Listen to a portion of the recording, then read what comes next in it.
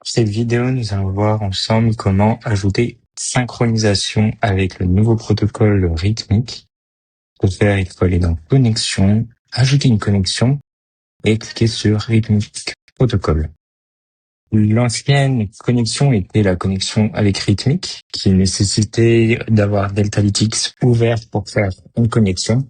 À présent, simplement avec Rhythmic Protocol, la synchronisation se fait selon l'horaire renseigné et peut se faire aussi en arrière-plan. On peut voir ici que j'ai une connexion Rhythmic Protocol avec un compte Fidias avec 3 comptes renseignés, donc 2 comptes financés et un compte en challenge.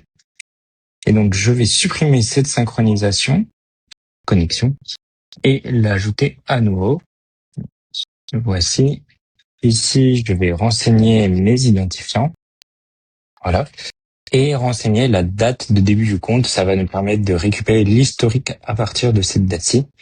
Et donc, la date pour ce compte-ci, je vais prendre à partir du 1er janvier 2024.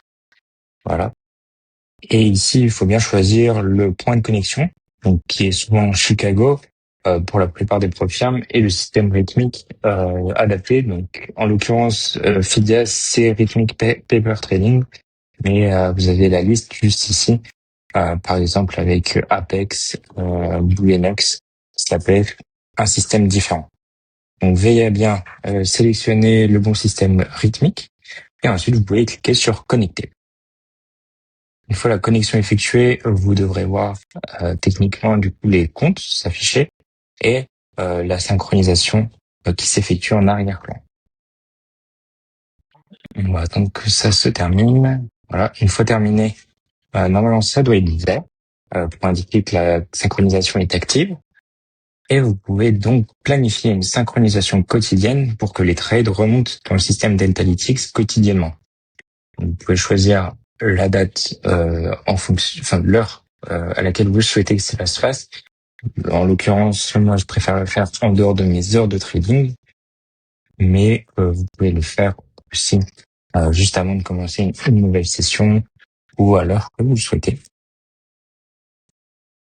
Donc, en l'occurrence, ici, je vais mettre juste après la clôture.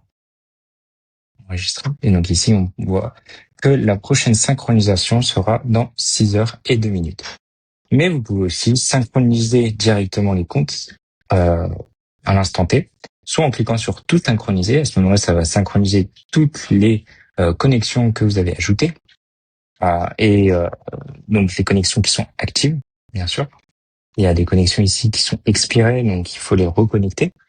Ça peut arriver par exemple avec Tradeovate où de temps en temps, il faut reconnecter le compte pour permettre à DeltaLitX de synchroniser. Et sur les synchronisations vertes, donc actives, vous pouvez cliquer sur synchroniser et ça va récupérer les derniers trades depuis la date du dernier trade qui a été récupéré.